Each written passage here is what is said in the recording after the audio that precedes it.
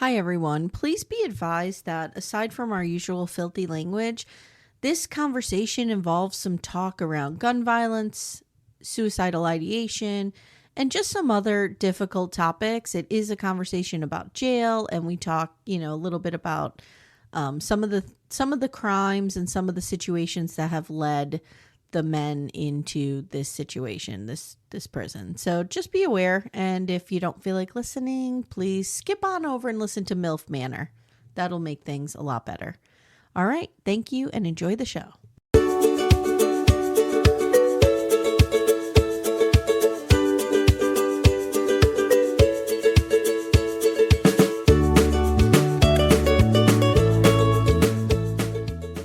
Hi, everyone. Welcome to Little Miss Recap, the podcast where we can't stop watching shows about jail. I am so into shows about jail, and I don't know why.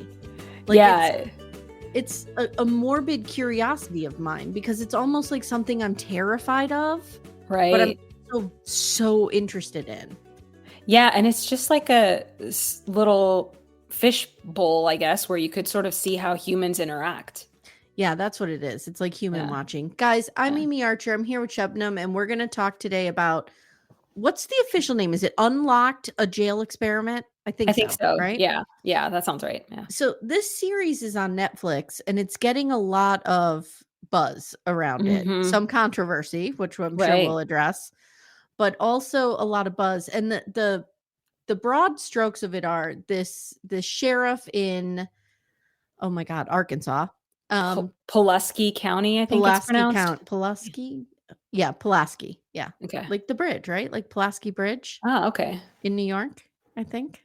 Maybe, I don't know. How I know Pulaski Bridge in New York is my gram, who has never left North Scranton, essentially, in her entire 80 years of her life. Okay. Moved to New Jersey for 1 week. 1 week? In the 60s, because her sister lured my grandfather out there, like, oh, come out and get a job with us, blah, blah, blah. So they go and they live in New Jersey somewhere. And my gram says, they called her sister Auntie. Oh, Auntie took me over the Pulaski Skyway. And I remember thinking it was falling apart and it was a piece of shit. And she was talking about how great it was. And that was Graham's only encounter with New York City, was going over the Pulaski Skyway. And she came back to her apartment, broke her foot, never went to the doctor, and then told my grandfather, well, we have to go home. I broke my foot. No. So she never left again. So that's how I know Pulaski Skyway. So this is, anyway, Pulaski County. Sheriff Eric Higgins is going to do an experiment where he's going to take a part of the jail and unlock the doors and sort of positive reinforcement, right? See if he can reward these inmates with certain privileges. So Shabnam, you have an overview of jail versus prison versus detention. Right.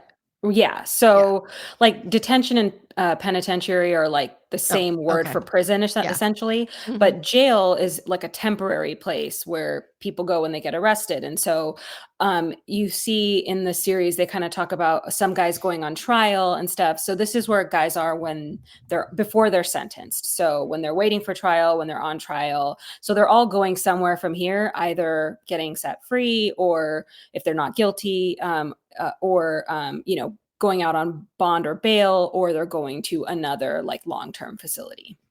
So I was listening to another podcast and they were saying this is where they go before they go on trial, so no one is convicted. But I don't think that's true. I think some of them are convicted and waiting to be transferred to prison, right?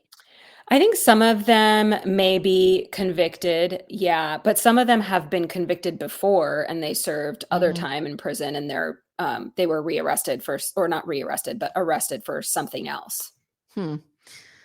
Okay, so this is a jail. So these people are, and really we see the makeup of the inmate population in this particular unit is. It varies. I mean, you have capital murder charges on some of these people. Yeah, a lot of capital murder, seems like. I think at one point somebody said half the inmates there are in for capital murder.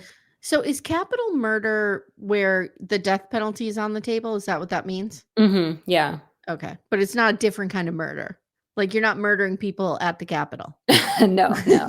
No, and actually, funnily enough, we were talking about would people get shot for marijuana in our last Yeah, podcast, yeah, and yeah. one of the guys who's in for capital murder actually, killed someone during a bad marijuana drug deal, so. Yeah, and somebody else, one of the backdoor friends was telling me there's a whole documentary about, Humboldt County Ah, where a okay. lot of that stuff goes down. Interesting. Yeah, yeah, yeah, Yeah. that's, close by to me, kind of. So, Right, yeah. right. Okay, so we'll walk through this. Feel free to I just have very high level notes, so just Mhm. interject whenever and we'll go from there.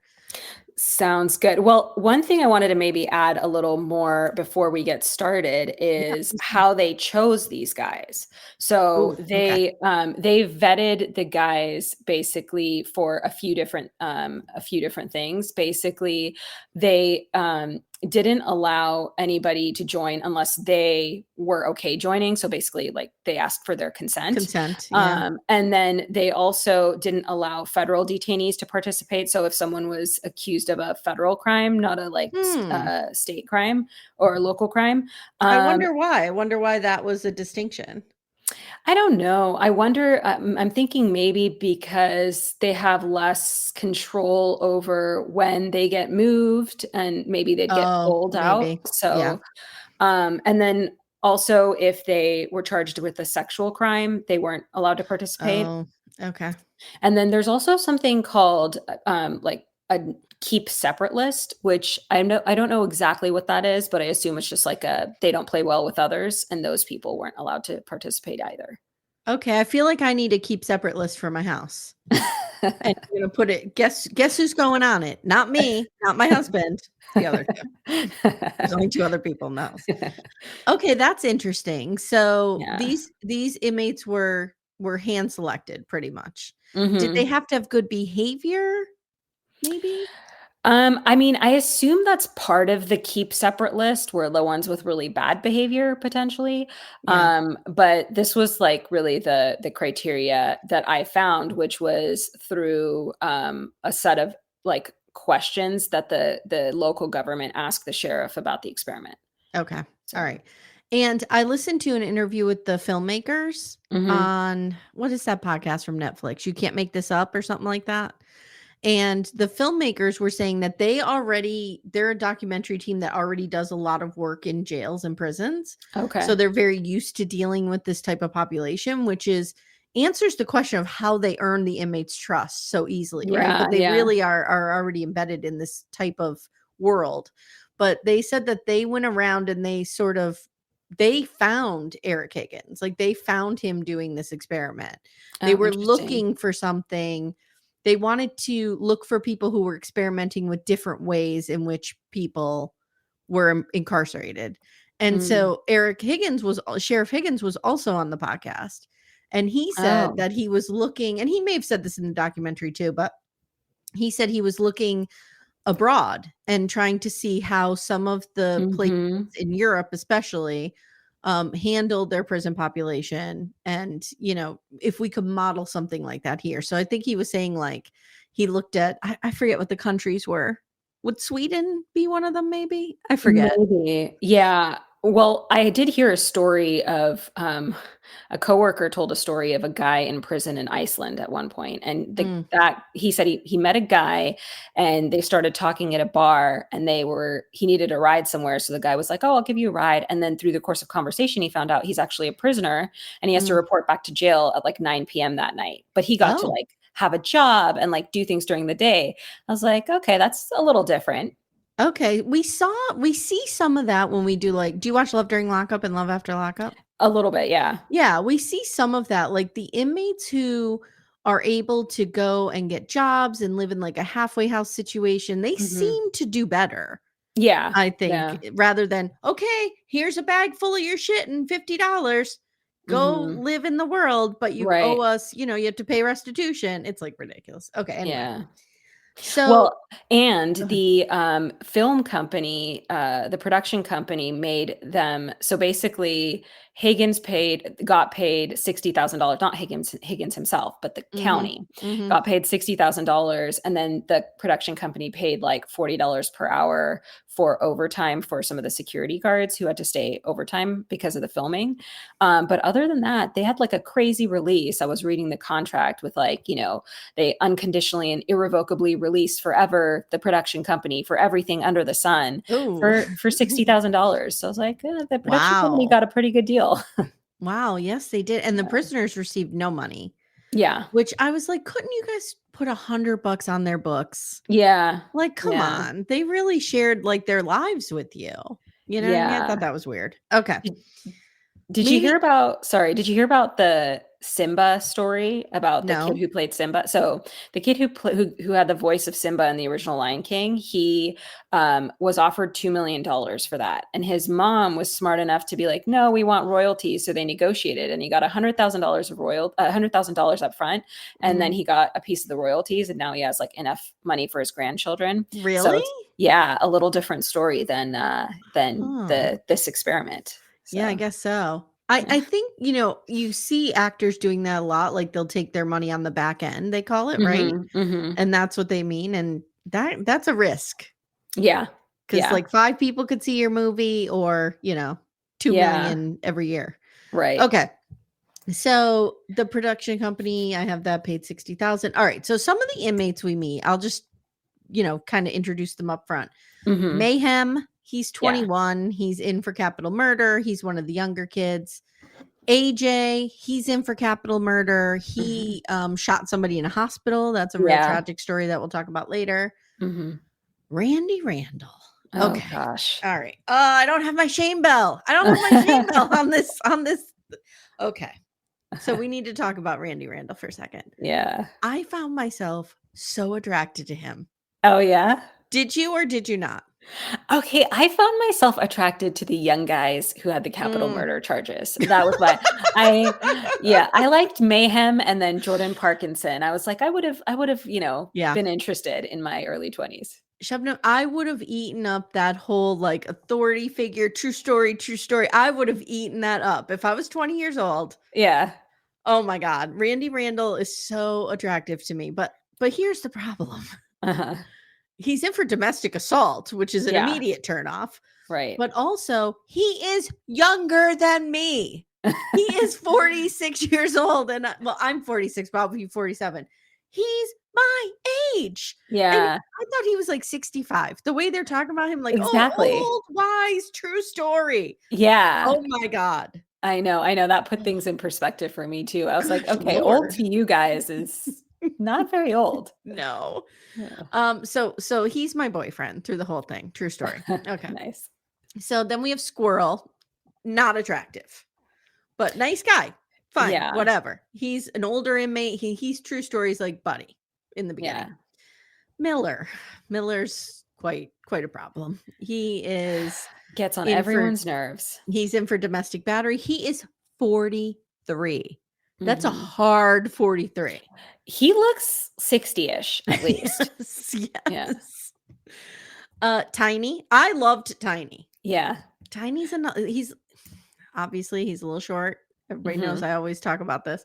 But I would have fallen for his bullshit too. 100%. My nickname for Tiny is Stabby McStabby. He does stab a lot of people. Yeah. He's gonna stab you. Yeah. And then the person, ironically, that I found the most triggering and that I hated the most was Eastside. Ugh. Oh, okay. Ugh. God, he's the most entertaining though, too. He's funny. God. And I'm like, why are you being such a douchebag? Oh, yeah. I hated him. I was like, he still got all his teeth though for someone who started smoking meth when they were 8. It's pretty incredible. Yeah. And I felt like if there's such thing as a jailhouse bro, he was a bro. Yeah. And you know how I feel about bros. He didn't show much growth, although maybe a little. I don't know. Maybe. Yeah. All right. So that's who I have. There will be other characters as we go through. But again, we're not going verbatim per episode here. Very high level. Yeah. So Eric Higgins tells us like what they're doing isn't working. Right now, the unit's on 23-1, which is their lockdown for 23, free for an hour. Could you imagine being in a room with somebody for 23 hours a day. And then just literally only being able to walk in that whatever, like, it is, I don't know, 40 square feet Mhm. or whatever. I just can't imagine that. I mean, I understand that these people are murderers and Yeah. stabby McStabby, and I'm not Right. making I'm not saying that they should be let out of jail, but I'm Right. just saying, like, they're still humans. Right. Like, and you can't expect to treat somebody like that and get positive results from it. Like, lock your kid in a Right. room for 23 hours and see what happens. Yeah, exactly, and if they're coming out, we want them to be rehabilitated. We don't want them Yes. to come back, like, more messed up No, and and yeah. we want the men and women who are patrolling the prisons and working inside to be safe. Right, So right. we want to lessen the violence inside the jails. Mhm, So, so Higgins goes in and he does his Eric Holder bit mhm. about, I'm trusting you guys. Let's see what happens here. Let's do this. It's very inspirational. Yeah. And everybody's real excited. And Randy immediately, he is such a pick me boy. He is so me, Yeah. so me. I'd be in the front of every class. Oh, pick me. Like, ugh. Yeah, He is like, I'm gonna step up and take charge of this situation. And yeah, everybody's gonna be fine with it because I'm yeah. 46 years old and I'm an elder. Well, you see, his pick-me's kinda worked because that Deputy Wainwright who picks the jobs, she really does like him, and she picked him to do the job, so he gets all this outside of cell time, and Mhm. he gets to work the meals, so he has, like, control of the extra trays, and I feel like he uses all this stuff to his advantage to, like, negotiate stuff with He people. can run an entire criminal enterprise. Yeah. I mean, he is smooth because Uh-huh. he's appearing as the good guy, but he's like Mhm. having people beat up and shit. Yeah. It's wild. It's Yeah. wild.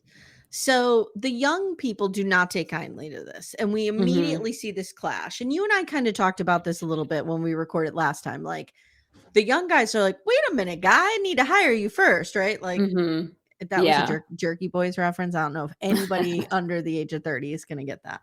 Um, so they're all like, we need a voice, we should have some say in here. Like, we're not gonna replace one authority figure with another, right? Yeah. Is basically kind of what they're saying.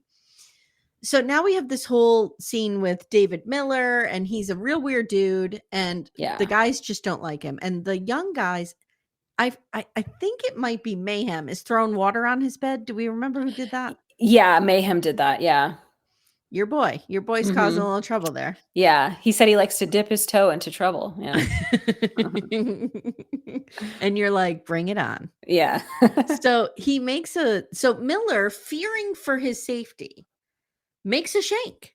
Yeah. And the guards see this and they take him right out of there. Now, one of the problems that I had with this, and I was talking to Amanda briefly about it the other day on one of our recordings, is Mhm. I feel like they should have had the ability to lock their own doors. Yeah, but I think, like, the reason why they didn't is because they would have to, like, reinstall locks that could lock from the inside, Yeah, and it would be a that whole thing. it would be a whole thing, yeah. But Miller, I feel like, they had this whole rule they set out in the first couple episodes, was like the Vegas rule, like what happens in your cell stays in your cell. And Mhm. he didn't make the shank in his cell, he made the shank out in the open. And I feel like it's because he wanted to get moved, because I don't think he wanted to be there Oh, anymore. maybe because he was really upset that Mayhem threw water on his bed. I almost feel like maybe he's like neurodivergent a little bit, and he Mm. didn't quite like the way that he relates to people is not the common way people relate to each other, and they Mhm. just, it's not a gentle place to be in jail, so Right. they weren't okay with okay with, what he was doing at all. How long would you last in jail? Like, do you I don't think that you even could figure it out, make alliances and do well? Because I would last a week and I would be crying and trying to, like, smash my head off a wall. really, like, I don't know, I feel like you seem pretty emotionally intelligent, and I feel like But I'm that's also a big baby. yeah, me too, that's what I'm struggling with, like, could I, like, glom myself onto someone that would be helpful, Mm. or would I just, like, have to do things I couldn't stomach and need to get out of there? I don't know. That's a really good point. Like, I think I could make friends easily. I'm good at making friends. Yeah. I think I could sniff out a backdoor friend and kinda cozy up Mhm. to them. But if Yeah. somebody hit me, it would be all over for me. Or Yeah. if, like, I had to sleep on a mattress, a thin mattress, my back would be hurting. It would be a Yeah. whole thing. I'd be like, Yeah. "Wait a minute here." I know, when I saw some of those fights, I was like, I wanted to cry. I was like, "Oh my god, I I couldn't deal will with it." I will tell you that the fights were hard for me to watch. They were Mhm. really hard for me to watch. I have Yeah. just an aversion to watching fights, like, even Mhm. boxing, I can't watch boxing. Like, Mhm. it's really too intense for me. I will watch, are you ready for this? I love the Rocky movies, but I Okay. fast forward through the boxing Oh my scene. gosh, that's so funny. I feel like sport doesn't bother me as much because I know there's a Mm, referee, I know they mm-mm. trained for this, there's rounds, it's expected, they're, like, mentally prepared, but I feel like when they just, like, pull each other into a cell and go at it, it just feels like It's so brutal. yeah. It's brutal. In high school, I saw so many of those fights, Mhm. and I think it just really, like, scarred me. I don't Oh, know. yeah. So, Miller gets taken out. Now, throughout the series, Higgins introduces certain privileges, and this is a really interesting thing. So, the first privilege that he introduces is he makes the phones free. Yeah. And this is wild because Higgins tells us, he's like, the and he points out such a good flaw in our system. He says, "We know through studies and research that connection with family and people in your life is so important to the rehabilitation of these prisoners, yet we charge them to make those Yeah. connections. And a lot of Yeah. these people are from poor families and they can't afford the Yeah. money to make those connections. They can't even afford the money to call their lawyers." Right, right. It's really bonkers. So, like, Yeah. making the phones free, it was like an elation went through the Yeah. unit. They were just so excited, but it also, Higgins is like, "It's gonna cause some trouble." Mhm. And he's right. So, Yeah. the challenge that this presents is the free phones cause a huge issue, and after a whole day of fighting, Randy has to step up, my man, true Mhm. story, and he makes a phone list and an order starts to happen. Yeah. They figure out how to take turns, you know, Mhm. and then they also have, like, time limits of 15 minutes. Just, like, simple, elementary school grade stuff, but, like, Yeah. everyone has to buy into it, and we don't have chaos, and then all of a sudden there's people are okay. Yeah. It's so interesting too. I know this is jumping ahead a tiny bit, but it's so interesting what we learn about the inmates through these phone calls. Mhm. So the first one that we really see is Don Don. Yeah. So he is begging his sister to bail him out on $1,000 cash bond. And I know you Yeah. have info on bond versus bail. So maybe we Yeah. should talk about that here. Sure, Because yeah. he needs $1,000 and the sister's like, "No, last time I did this, like, you got out and you started using, and I have to put Yeah. tires on my car, and Yeah. I can't do it." And he's devastated and really pissed Yeah. off. Yeah. Yeah, so bail is, like, basically if you get bailed out, you paid the whole amount, yourself or your family. Mhm. And if you get bonded out, it usually means you paid, like, 10 to 20% of it, and there's a bondsman that puts up the rest, and they usually, like, have some kind of contract with you for collateral for, like, property or something like that. Okay. So, you'll see like, at the end of the series, you see that it says that, Don Don got bailed out because I assume his family paid the full amount, but some Mhm. of the other guys had a lot higher amounts, and so you see they say they got bonded out because they probably, didn't have the full amount of cash, whatever, hundreds of thousands of dollars. So Yeah. they paid, like, smaller amounts and then gave collateral or whatever to the bondsman so they could get out while they're waiting trial. Isn't it like 10% or something you have to come up with? Yeah, it's 10 to 20% Yeah. depending. I'm covering The Jinx with Tess Brigham, and I'm watching season 1 because I've never seen it. And they Mhm. arrest Robert Durst, and they're like, "Okay, your bond is your bail is $250,000." Mhm. And Robert Durst goes, "Well, I don't have that kind of money on me." Yeah. It's like typical like rich Yeah. guy. He's Yeah. like, "Oh, I don't have that on me, but I can make a I phone call." yeah, I gotta go to the bank and get a cashier's check. Yeah, Hold on. yeah, Yeah. 250 grand. I'm Yeah. like, "Okay. All right." So I thought that was interesting. So then we also hear a lot more of Tiny stories. So Tiny Yeah. is, and if you feel like I'm missing things, just pop in. Sure. Um, Tiny is only 5'3", Mhm. which is still taller than me. Same height as me. So Yeah, there you go. and Yeah. he's in for aggravated robbery. Do we have his backstory? Do we know what I know he stabbed some people. Yeah, so his cousin gave him a knife for the first time when he was 8, and then he was Right. tiny his whole life, and so he'd get bullied. And he said one day he asked a bunch of kids if he could play football with them, and they said no, and he turned around to leave, and they hit him in the head with a football, and so he stabbed him in retaliation, and he's been stabbing people ever since, he I says. don't mean to laugh, but he is funny. Like, Yeah, he's a he funny is. guy. Yeah, Sorry for the person that got stabbed, but right. Yeah, Tiny has a pretty good sense of humor. I would fall for yeah, his bullshit, I'm telling you. yeah. So, he has a son who he Mhm. is desperate to connect with. Yeah. And we get the sense that he's not really gotten to call this son a lot. Maybe he didn't Yeah. have the money on his books, you know what I mean? Mhm. So, guys, in order for the prisoners to make the calls, their outside family and stuff have to put money on their books or they can earn it, I think, through working in the jail. But I don't know if I know you can get jobs in prison that pay, but I don't know if the jail pays people. Not sure. Yeah, and I think when they do, it's like, Oh, it's extremely below pathetic. minimum wage. So, like, I Mhm. don't think they have much money at all that they're able to actually make with their jobs in prison. Yeah. So we don't know the situation, but we get Mhm. the sense that these two have not spoken. And we hear the evolution of the phone calls and he's calling the son and it's Yeah. it's very heartwarming. Yeah, and his son, at one point, he asks his son, like, when he finally gets in touch with him, like, what he's been up to, and the son says he went hunting, and he's like, "Oh, bow hunting?" And the son's like, "No, with a rifle." And then Stabby McStabby says, "Oh, I don't like guns, they freak me out." I'm like, "Okay, all right. I know, you like a knife, You right?" like a knife. You Yeah, like a knife. I like a yeah, box cutter, you know? yeah. So now we get Eastside starting his shit. Now tell Mhm. us Eastside's story. Do you remember that one with the snake and everything else that happened? Yeah, so East Side, he started apparently doing drugs, doing meth when he was 8 also. I don't know, 8 is like Okay, some let's magic number for these let's guys. pause for a Yeah, second here. yeah. How does an 8-year-old even know how to do math? I'm assuming an adult shows them? I'm assuming that too, but, like, I don't know, I was having, like, a deep conversation with my husband about that last night. Like, he's like, "But how could he even, like, ingest it right?" And I'm like, "I don't know." Like, Yeah, I don't know. he must have been around it his whole life, you know? Yeah, it's It's sad. yeah, and Mhm. then, maybe his parents or whoever was taking care of him, he'd probably seen them do it a lot, right?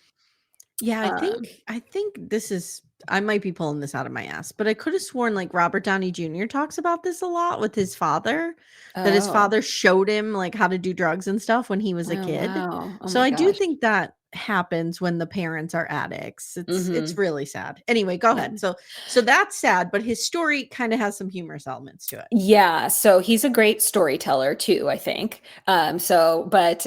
He basically says that he one day he gets really amped up, he does a lot of drugs, he takes mushrooms, and he decides to go rob a pet store.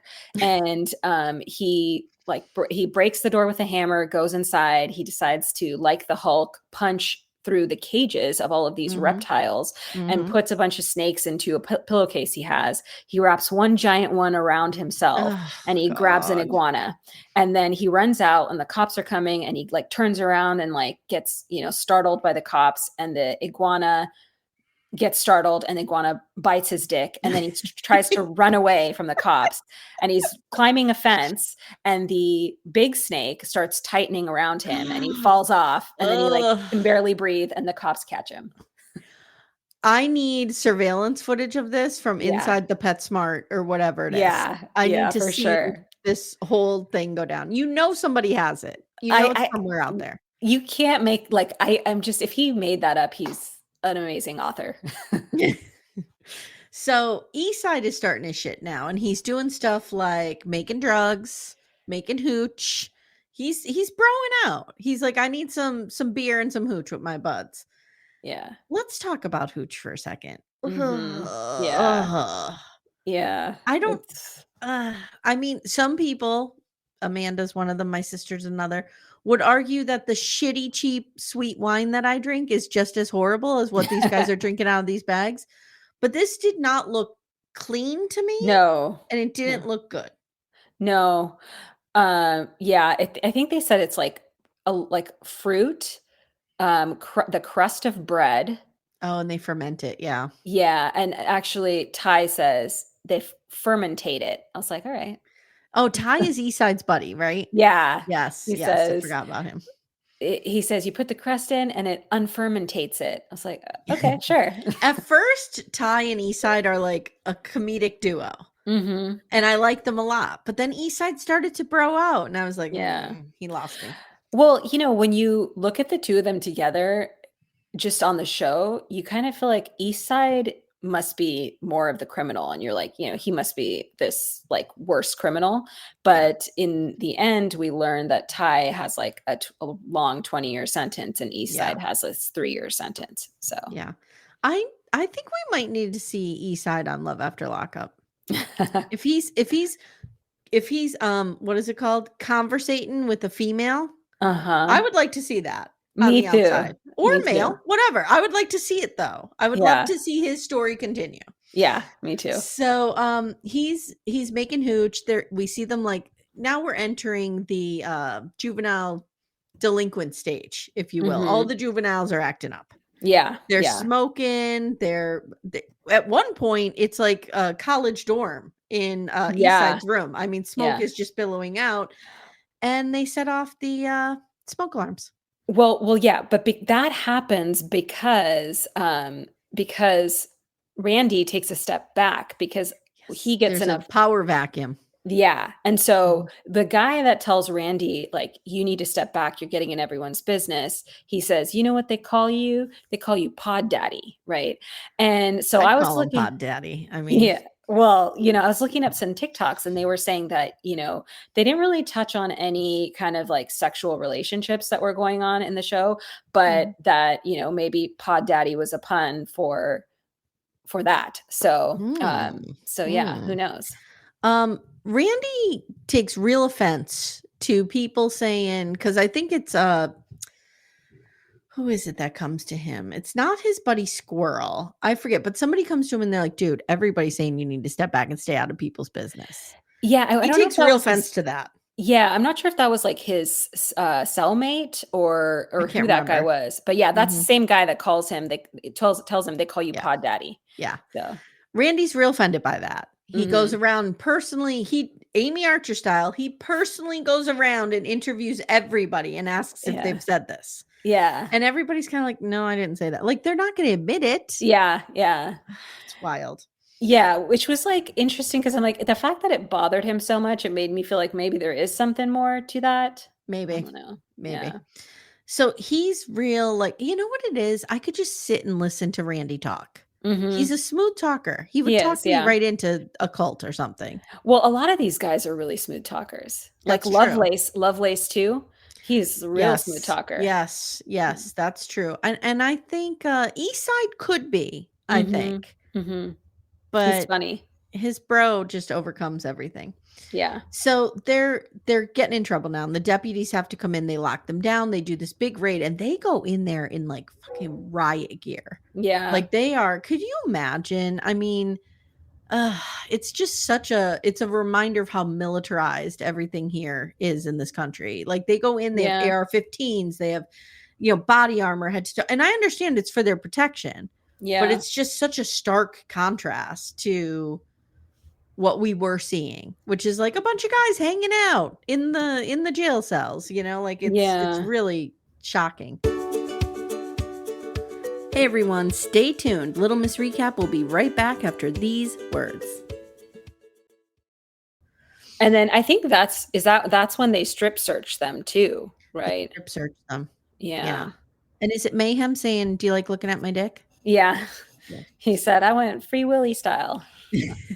So Um, yeah, so now these guys are, like, freaking out because they've had and this was pretty telling. They had this taste of freedom, mhm. and now they're like, "We don't ever wanna go back because 'cause they're Yeah. being locked down for this situation. Yeah. So, the challenge now is Higgins comes in and he kinda says to them, "You must take a vote Yeah. to snitch on who you feel is not a team player, Mhm. and it will be anonymous." And so we see the men like really struggling with this. And in the end, Eastside takes responsibility for the Yeah. hooch. the Yeah, man steps up, that's and where I see that's where I see his growth a little bit. he had a little bit of both, and Yeah. the vote is canceled. The vote is Yeah. canceled. And it's Yeah. interesting because, you see a lot of the guys, like, they just refuse to answer. They're not answering. Mhm. Mhm. There's such a code of Yeah. honor in Yeah. these things. Like, even all the secret beatings that are happening, they're like, "Oh, Yeah. I just fell off the bed. I fell off the Yeah, bed." exactly. Yeah. Yeah. It's Where I crazy. this is why I wouldn't do well in jail, because 'cause I'd be crying saying, "He Yeah. did it," Yeah. and then I Yeah, was being, like, exactly. murdered. Yeah. Yeah. So, the privilege now that so I took a little more detailed notes as we're getting into, like, the end here. Yeah, but, So about East go ahead. Side, they, Yes. it was really interesting because this whole time he's, like, kinda this rebel guy that, like, doesn't give a Yeah. shit about anyone Yeah. or anything, and then you kinda see him, like, really buy into this sort of community and that he likes these privileges, and all of a sudden he does care, and he is gonna Yep. try to do like, take accountability and not ruin it for everyone else. So I thought that was kind of interesting. Yeah, another thing that was interesting about him is he moves cells, and he Mhm. chooses to, because he Mhm. says, "Me and Ty are not good together." Mhm. Like, he says, Yeah. like, "I think I'm a bad influence on him. We're, like, getting in trouble together." And you Yeah. do see kind of their dynamic is really interesting, because in the beginning, you can tell Ty kinda looks up to him. Like, this is Uh-huh. what you were talking about before, how Right. Eastside appears to be a little more of a badass criminal, and Yeah. I think Eastside likes that. Yeah. And instead of trying to figure out a way to dial that down with Ty, he just Mhm. is gonna remove himself Yeah. and, like, change the dynamic completely. And So you I kinda thought that was interesting.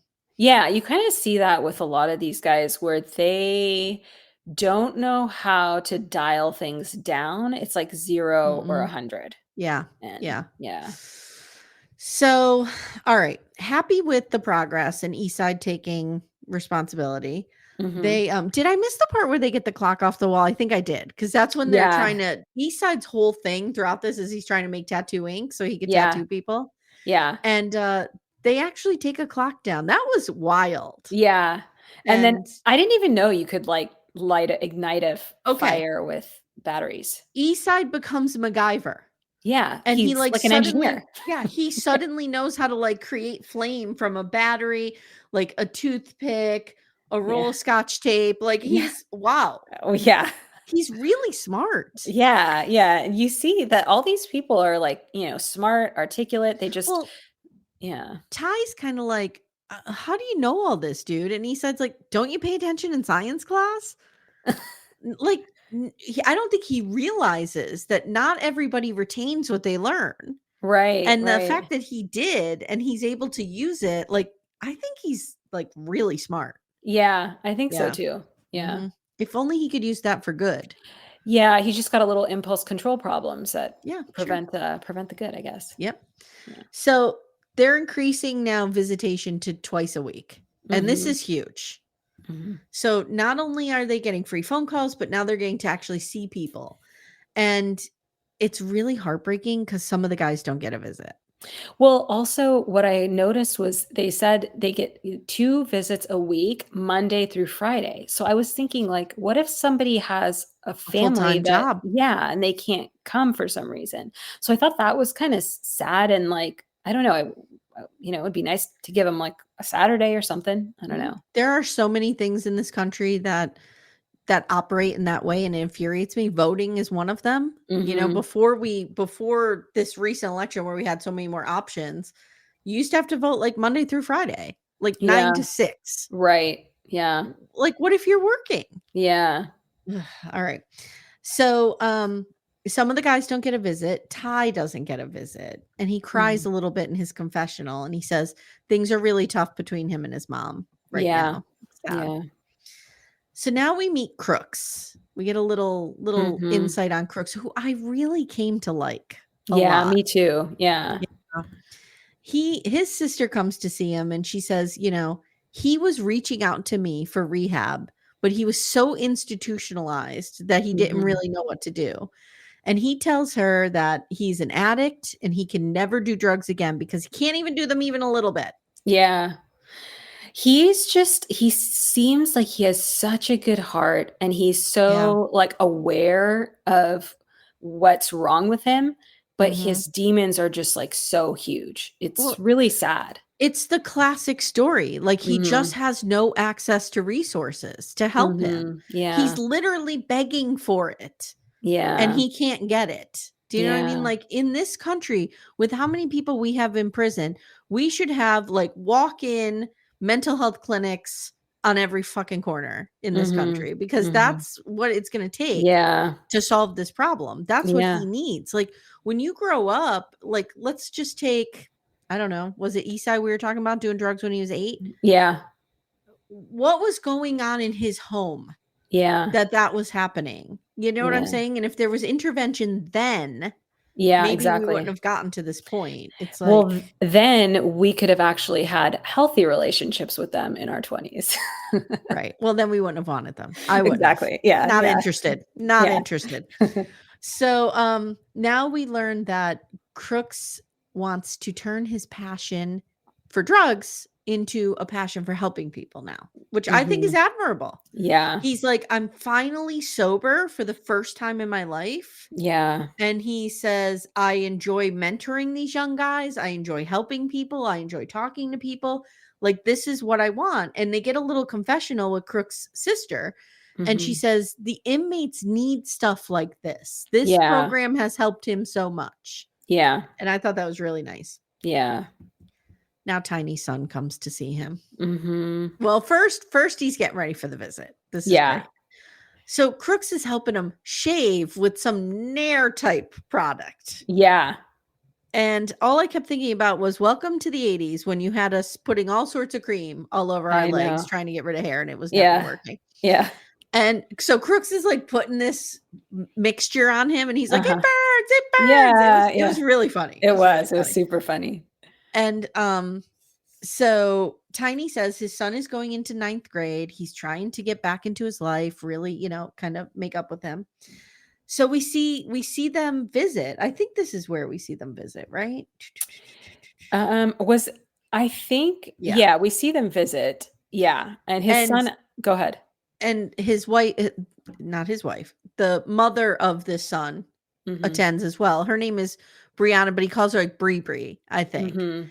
And it's very sweet because he starts talking about how sorry he is and he didn't do right by them. And the Mhm. son, he just takes a beat. You see him like kind of thinking, and then he goes, "You know Yeah. what? You're forgiven." Yeah, that was so beautiful. And Tiny like starts to cry. And Yeah. I'm like, "Oh, we need more of this, more of Yeah. this." You see his whole demeanor kinda change and light up when he can have more of that relationship with the son, and then his son saying he forgives him was just like you just feel he's so much lighter. Yeah, it's interesting because sometimes these men, they or women, whomever, like in life, you just need to hear that. You need to hear "I'm Mhm. forgiven" Yeah. before you can forgive yourself. And sometimes we don't get it. Yeah. Sometimes you just have to settle for, okay, that person's not going to forgive me. I Mhm. have to just forgive myself for this and move forward. Yeah. And that's, I'm thinking of specifically of Ty, who's like heartbroken and, Yeah.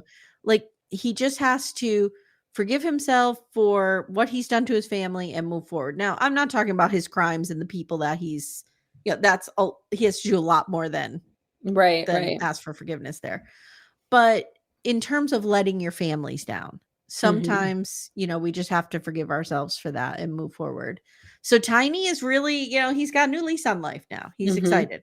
Yeah. So now there's a new challenge. Yeah. New people are going to be coming in. Yep.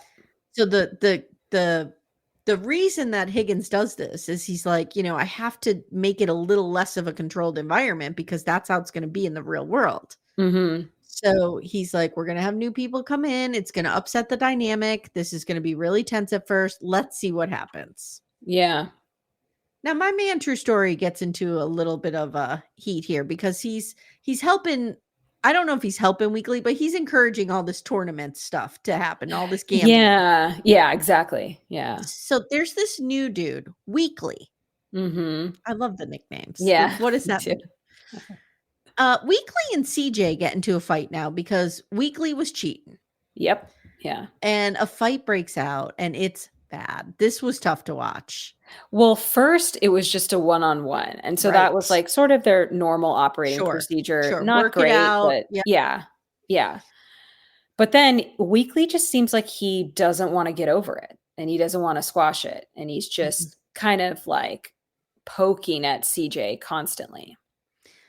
Yeah, so then CJ and a bunch of the young guys go Yeah. in and they beat the shit out of him in his cell. Yeah, so it's CJ, Roscoe, and another guy called D2, but Roscoe is actually the one who in the beginning, before the experiment started, he beat up that guy for Randall, who, the guy who was mouthing off to the Yes. deputy. And so I was like, Roscoe's interesting because I'm like, he doesn't say much, but he's kind of like an enforcer type of person, or he's just doing other people's dirty work, maybe Randall's, I don't know. But it was interesting because I was like, oh, he's the one that keeps beating the people up. Yeah, he's like the, hired hand. He's Mhm, True exactly. Story's, right-hand man. Right.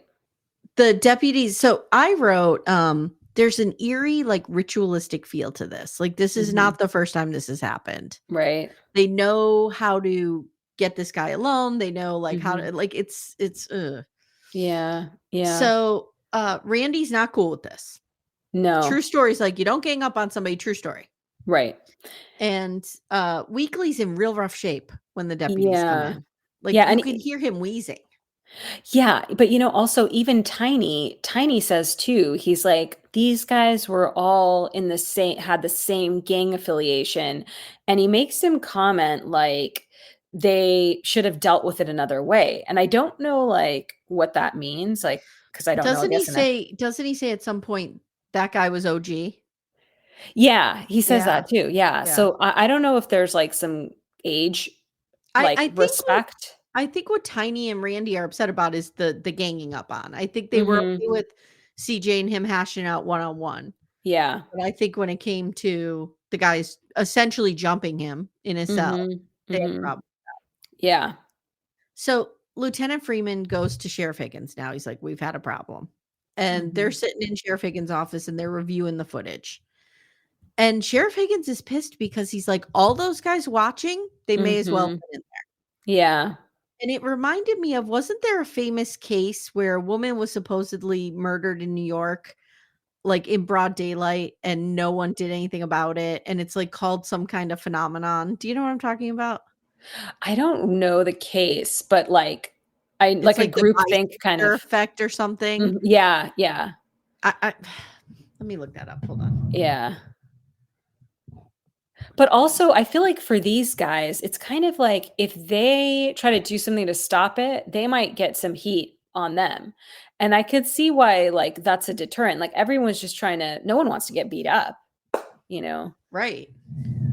Oh, here it is. I was right. Oh, good. It's Yeah. called the bystander effect. So it's Mhm. a social psychological theory that states individuals are less likely to offer help to a victim in presence of other people. First Mhm. proposed in 1964 after the murder of Kitty Genovese. Oh, So okay. she was supposedly like murdered or attacked on a street. She was 28. She was raped and stabbed outside an apartment building where she lived in Queens. And 2 weeks after the murder, the New York Times published an article erroneously claiming that 38 witnesses saw or heard the attack and none of them have called the police. But, like, that has since been debunked. Oh, wow, So, but interesting. this whole theory is based on that, like, that it's the bystander effect. So, Mhm. but you're right. I mean, in prison or in jail, who knows what would have happened? What are they gonna do? Yell for Yeah, the sheriff? exactly, yeah. So, he says Higgins is like, "This has been a failure. Like, this part Mhm. of it didn't work." Mhm. So they locked down the unit, and people are pissed, Yeah. and they're not happy, and they're like, "I can't believe we're going back to this." They start taking people out, the people who were involved in the Right. fight, they take them out. Mhm. Sheriff Higgins says, "I'm removing the culprits. I'm putting everybody on lockdown until I know what's going on in there." Yeah. Well, before we move on, I think, like, a little bit before this was when, AJ says he's having thoughts of suicide. Yes, sorry, Yeah. I thought that was later, but yes. So AJ, we get his story. So he went Mhm. to a hospital to visit his friend, and her Mhm. boyfriend was there, and he had thought that the boyfriend mistreated her. And so they had beef, and he Yeah. goes out of the room or something, and he calls his mom, and he's like, "I really wanna hurt this guy. I really wanna hurt this guy." Goes back in and shoots him and kills Mhm. him. Mhm. And so he's in prison for this, and he has suicidal tendencies. Like, he's been Yeah. saying, "When I was arrested, I was bashing my head against everything I Right. could find to try to take my own life." And so they, instead of, like, getting him, he thought they would up his meds or, like, get him some Yeah. additional support. They throw him in solitary confinement. Yeah, and he's like, "There's no mattress, you have nothing but a small blanket, and you're just waiting, hoping that they get you out of there." And I'm just like, I cannot imagine that that's helpful to anyone that's having Right, mental health how does issues. that make it better? Yeah. And what are you gonna, and I think he even maybe says this, like, "What are you gonna do with the mattress?" Yeah, exactly. Yeah. It's It's it's it was really sad to see him, but he did get to come back, I think, after a short while, which was He did. good. Yeah.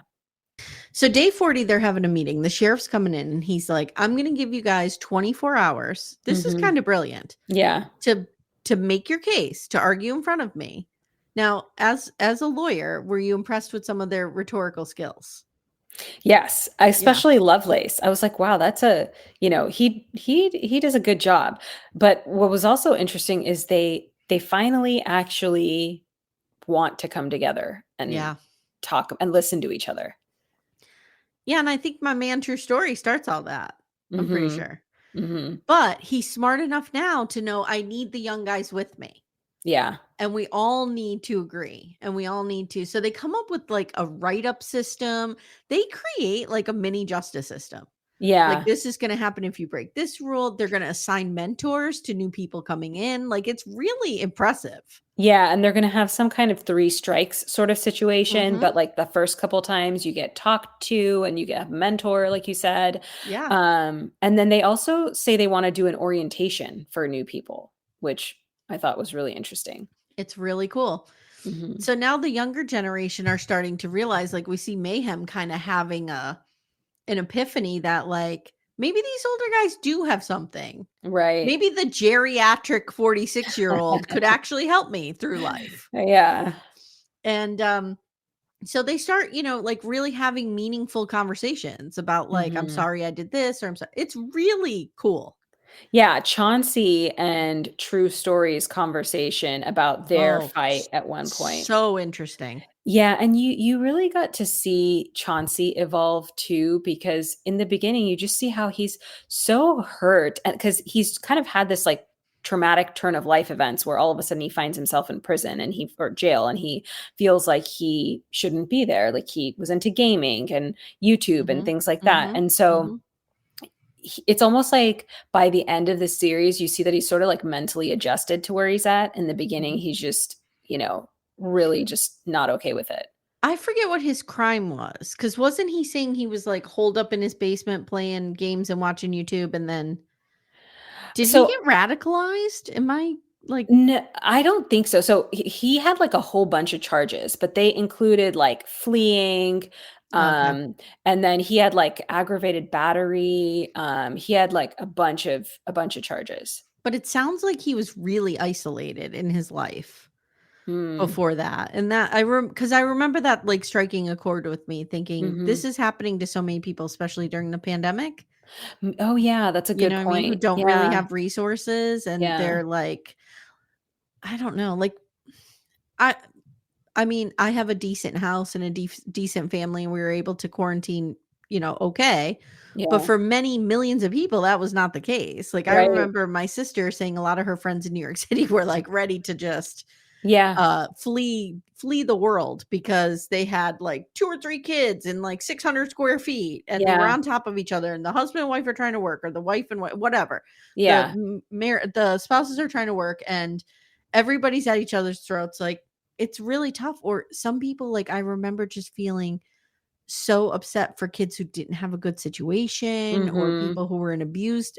Like, the yeah. pandemic, I think we really need to, we're gonna see the effects of that for a long time, I have a feeling. Yeah, I think we're still recovering from it. I feel like, Mhm, I know people that are still struggling with issues that came up during the pandemic, and then even just our cities, like, I'm from San Francisco, and we locked down for a long time, and so the city has not bounced back. Like, it's mm-mm. hard to find a meal after like 9 p.m. and it wasn't like that before. So Yeah. it's Yeah. crazy.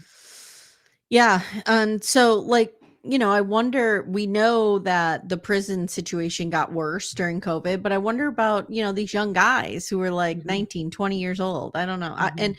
as a teacher, like, I'm seeing a lot of kids now that were in ninth and 10th grade Mhm.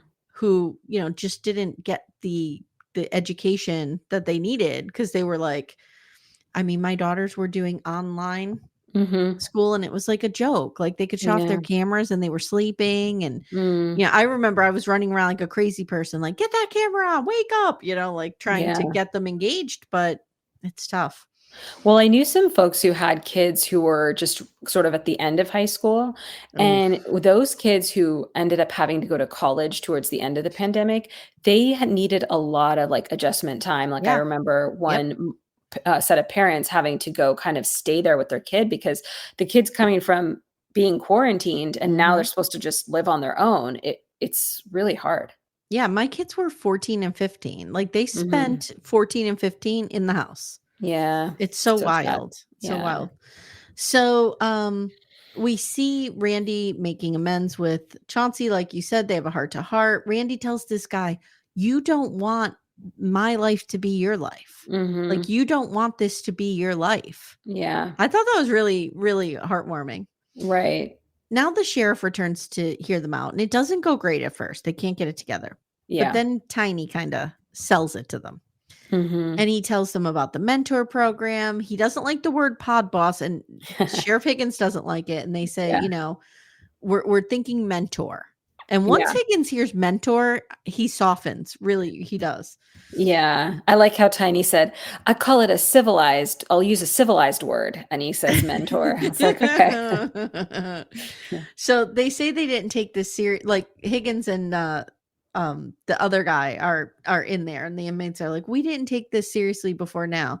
But now, I think we have a plan. And Higgins and the other guy are talking to each other, and they're like, this is so great. Like, we're so yeah. happy the way they've come together. So they leave, and he leaves them hanging. He's like, I got to think about it.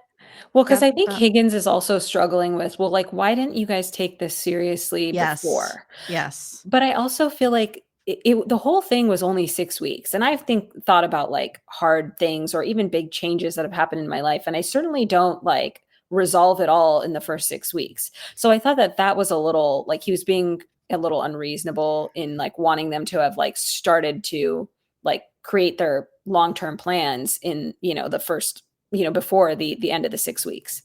Yeah, and I think another thing is a lot of these men are of color, a lot of them are from poor backgrounds. They have a Mhm. distrust of authority. Yeah. Like somebody comes in and is like, we're unlocking the doors, and they're immediately like, what's the catch? What are Right. you gonna do to us? Exactly. You know what I Yeah. mean? Like so they really had to overcome, like he had to earn their trust as much as they Mhm. had to earn his. Yeah, and Lovelace says that. He said in the beginning, like, "All I hear is we're gonna open the doors, we're gonna wait for you guys to mess up so we can Mhm. tell everyone this is why these clowns are behind bars." Right? Exactly. And Yep, yeah. exactly. So in the end, Higgins decides to continue the experiment, and we learn at the end that he is rolling this out to other units in the Mhm. prison, and it's kind of been a success. Now, there has been some controversy around it. We talked a little Yeah. bit about that with the 60K, and they didn't pay the prisoners, but also you had some people call in the local news being like, are the Yeah. prisoners just being let out? Yeah. Okay, nobody said that. So Yeah. like the community is kind of like, and this is the worst parts of us, right? Like the Yeah. community are like, we need to treat these guys worse. What are you doing? And to some extent, I understand that. Like if Yeah. God forbid, something happened to my daughter and her capital murder dude was in jail and I saw him on TV like getting to chill out and drink hooch and smoke Yeah. with Eastside, I'd be pissed off. For sure. Yeah. Yeah. Yeah, I really felt for that mom. It was like the mother of the person that Jordan Parkinson murdered, Hmm. who the, like, I guess, marijuana drug deal gone wrong. But, she says she couldn't, like, she's like, "I couldn't get through one episode," and which I totally understand. But then you sort of see his story, and that's what's tricky about this is it, like, humanizes these prisoners, which What we is his story? Do you have it? Um, I mean, like, I don't have his backstory, Okay. but he just, like, I think it's just that, like, all of these guys were really humanized throughout this, and we're not I used agree. to, like, we're not co it's hard psychologically, like, hard for us to get comfortable with the fact that people can be really do really bad things and then do good things, and Yeah. that's oftentimes, like, really hard for people generally. Yeah, and there are many people Mhm. who just reoffend. We don't know what's Mhm. going on and we don't know why. And certainly there are people who come from strong backgrounds and Yeah. still end up in this situation. But more often than not, I feel like it's mental illness, it's you know, um social issues, like Yeah. societal barriers, Right. or it's addiction. Like that is Yeah. I have a cousin who's been in and out of jail most of my adult life, and Mhm. she is an addict, and every single crime that she commits is connected to feeding her addiction. And I Mhm. can't help but think if they put her in rehab for a year, you know what I mean? Yeah. Like, would Yeah. that have made all the difference Mhm. instead of keep throwing her in jail where she has to Gets kind of more and white more knuckle stressed. through Yeah. this? Yeah. Yeah. Yeah. I mean, I think there's all those issues, and then there's some of the systemic issues. So, like, I actually went back and watched that Vice documentary with Obama that you talked about, Mhm. Mhm. and at one point, they talk about how, they had the war on drugs and these mandatory minimum sentences, Mhm. and it was that there was 100 grams of cocaine would be treated the same way as having 1 gram of crack. Yep. And so you see a And lot of who this. does that target? It's, Black people Right, and yeah, the Black community was yeah. sieged by the crack epidemic, and that's how this happens. Yeah, exactly. And then, you kind of so you see these so for basically for 1 gram of crack, you could go to jail for a minimum of 10 years to life, Mhm. right? And then you kind of compare that to, the documentary we all watched over the last, like, month ago or so with Quiet on the Set, and you Mhm. have Brian Peck going to, raping or molesting, Drake Bell for years, multiple times, and Admitting he's to it, pleading admitting to guilty. it, and he gets letters of support, a Mhm. sentence of 7 years, and he can work Mhm. when he comes out. So Yeah. it's just really crazy. It's really crazy, and was it Reagan started the war on drugs, right? Yeah, he signed it into effect, but I know that there was, But Clinton didn't do anything to help the situation. He no, made it worse. he made it worse, Yeah. yeah, Yep. and I believe Biden was instrumental in passing one of the bills in Congress under Clinton as well, so, Yeah. Yeah, I'm sure. yeah. And I think Obama tried to work to undo some of that, but I Mhm. I don't know, what progress he made. Mhm. Did you enjoy that special? Yeah, it was really interesting. It was really Um, interesting, right? yeah. Okay, so did you want to tell us quickly what happened to some of these guys? Do you have that? Well, yeah, one of the interesting but sad stories is that, Crooks, who, he came out with a positive outlook. He wanted to be a mentor, all that. He went to Florida, lived in a sober house, was mentoring people. But then I saw a news clip from like a week ago where his sister said that, he actually got arrested again in Florida. So, I mean, to me, like, I was actually thinking, I was like, there's so much good in him. But even before I saw that, I was like, he just is so, like, addicted. I just felt like it was Yeah. going to be a real uphill battle, and then you kind of hear that, he did struggle with that a bit. I think when you're dealing with addiction, and this is something that, I've been thinking about, is the battle is going to be won inch by inch, if that makes Mhm. sense. Mhm. So, like, you can't expect Crooks, somebody who's been addicted as heavily and as long as he has, to come Yeah. out of jail knowing he didn't get the proper detox, right? Knowing that he Yeah. didn't go through all the stuff and Yeah. just be fine forever. But what I hope that somebody in his life is saying to him is, look, you were sober for almost a year or whatever it Yeah. was, and that's Yeah. progress, right? And if you Yeah. stumble, that's okay. That's why Yeah. they have all those chips in AA, and you can Yeah. keep getting, that 1 year chip, Mhm. however many times you need to get it. Yeah. Because as long as you make progress, you're going forward, and you might have to make that progress inch by inch, but it might happen. Yeah, and it's not always linear, sometimes it's Mm-mm. gonna be like 2 steps forward, 1 step back, but, Yeah. you just keep going. Yeah, Yeah, absolutely. yeah. Any of the other guys? I think I have something too. Um, Not anything that wasn't covered in the end. Okay. I didn't write down the end like an idiot, but yeah. Well, so I can talk through some of that. Okay. So Randy is still in jail awaiting his trial, but he's trying not to be the pod boss anymore, they say. East Side, he was You know that you and Amanda and stuff, all you guys need to keep a lockdown on me because I would start writing to Randy Randall. so then you could be on Love During This Lockup, would right? happen. This would happen. Yeah. And then so Eastside got transferred to a prison to finish his 3-year sentence. And then he's still tattooing people. He got a nice little diamond tattoo on his hand that he did for himself there. Aw. Yeah. And then Ty, his cellmate, was transferred to prison for his 20-year sentence. So I think he got convicted of a murder charge. So he has a pretty long sentence. And that's, we touched on this earlier where it's sort of surprising to see him with such a longer sentence than Eastside based on what we saw in the documentary. And then Don Don got bailed out by his family. So that's good news. I guess he's awaiting trial outside. AJ, who was the one who had to go into solitary for suicide watch, he was sentenced to life plus 15 years, and he's awaiting his transfer to prison. And then that sounded like a case of impulse control, right? Exactly, Like what yeah. happened in AJ's life? Yeah. That when he becomes angry, he knows it because he called his Yeah. mother and was like, "I'm very angry." Yeah. But like, I don't And know. it also seems like he gets really depressed. Yeah. Yeah. And that's real hard too. And then Mayhem, he's waiting for his trial in the jail as well. It kind of seemed like he got moved from the unit though, because he was talking about you never know when you might get moved. Don't mess around in there. So I thought maybe they moved him because he did something. Okay. Maybe. Yeah, and then Chauncey, who was the one who had the touching conversation with Randy at the end, he bonded out. So I guess his family put up part of the money, like we talked about, and he has to wear his ankle monitor. And he's out though, waiting for trial. Okay. Yeah, and then Parkinson, and Parkinson, by the way, has like a huge TikTok following. He's kind of the like guy with the little blue beads on the end of his hair, yeah, right? yeah, he's pretty handsome guy, and so he's got all kinds of admirers on TikTok.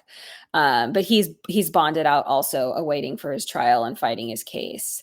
And another interesting thing on TikTok is TikTok has a whole like section of prison like recipes you can make with commissary. So at certain parts in the documentary, you saw them like making little kind of like interesting odds and ends. And so apparently there's like all these TikTok videos about recipes you can make with commissary stuff. Very interesting. BDFs, you know what you need to do. So I have a little update on Jordan Parkinson. Okay. So there's this article that is from, what is this? Woman in Home. I don't know what this magazine is. So it is 100% true. Okay. In the series, Jordan Parkinson was one of the inmates serving his sentence for murder, booked in April. He was 18. So Haley Shackelford, I think that's the mother of Jadon, believed that there were more people involved in her son's killing. So in December 2022, Little Rock police arrested 2 more suspects, Grant Nickel and Evan Franklin, connected to this murder case. And they were charged with first-degree murder and terroristic acts. Yeah. As the inquiry moved forward, the story of a drug deal gone wrong was revealed. Further investigations revealed that Evan Franklin, this was in Arkansas Online or whatever. Further investigations revealed that Evan Franklin actually fired the shot that killed Jaden. Jordan Parkinson, however, was at the place along with Grant Nickel. So he is cooperating with prosecutors to try to get his sentence reduced to turn the other guys in. Yeah. So there we go. So hopefully Jadon's mother gets some, some relief there in knowing that this guy's at least trying to help get these other 2 caught. And he wasn't the one who's, it wasn't from Mhm. his hand that her son died But directly. I just wanna be very clear, I can totally understand where she's coming Of from because course, I of would course. be on fire on my couch if Right. the person who killed my child was Yeah. chilling I out and eating Cheetos with his feet up and playing checkers. For sure. I can't Yeah, even imagine. yeah, yeah. Um, okay, any other thoughts?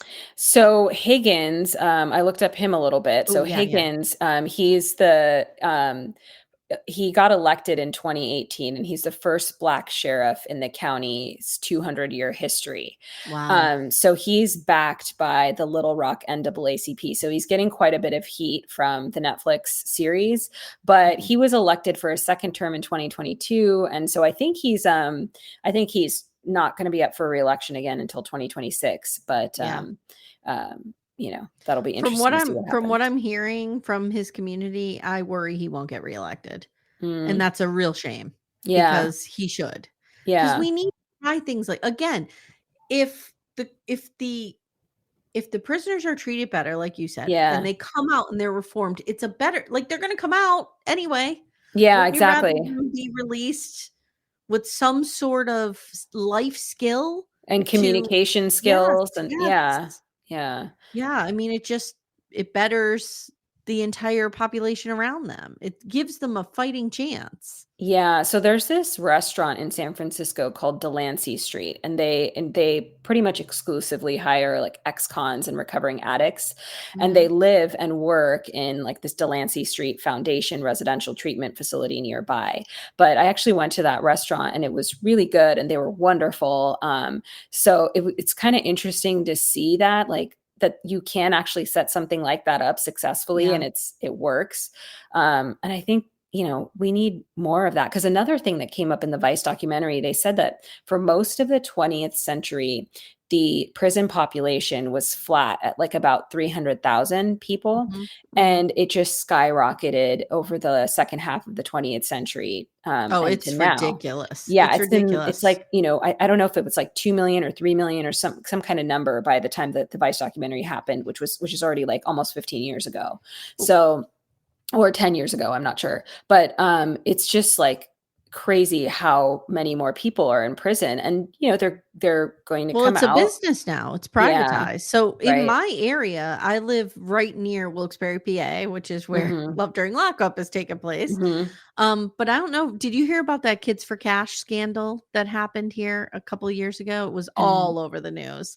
I didn't know. There was this big ring in Luzerne County where they 2 or 3 judges were Mhm, getting kickbacks from a mhm. private detention center for Oh, juveniles wow. Oh my because they were gosh. sentencing these kids Oh, to no. and it was all revealed, and the judges are in jail. Yeah, And that's I actually went to school with one of their daughters, and I remember mhm. she was, like, in denial for a very long time. She was like, Yeah, "My dad didn't really know much about it," and now she's like, "No, my dad knew about it, like, it's not good." It yeah, really was a big scandal, and a lot of kids' lives were completely ruined by I'm this. sure. That sounds Mhm. super horrible, and then I don't know, that's a pretty risky move to do that as a judge because 'cause I'm sure Yeah, prison is, like, the last place you wanna be as a judge. yeah, So, now they're in prison, right? yeah, Yeah. yeah. So, I mean, the privatization of jails and prisons is a big problem, and Mhm, it's just very. become a moneymaker, and Yeah, it's really scary. It's we need intense prison reform here. I don't know what the answer is, you don't know what the answer is, but no. something needs to happen because we Yeah, can't keep going this way. You can't lock up half of our population. yeah. My husband runs a nonprofit called Secure Justice, and they do some work like this. I'm not super familiar with all of it, but yeah, there's a lot of work that needs to be done. Well, and one of the things that Obama always talked about is you can't have marijuana be legal in some states and people in that state in jail serving sentences for having marijuana. Mhm. Like, it was really crazy. I think they're addressing that now, but it Yeah. was like, "Okay, Yeah, so it's legal now." yeah, exactly. Yeah, I know. It's kinda crazy to think it's because here in California, it's been legal for I mean, at least since before COVID, it was legal.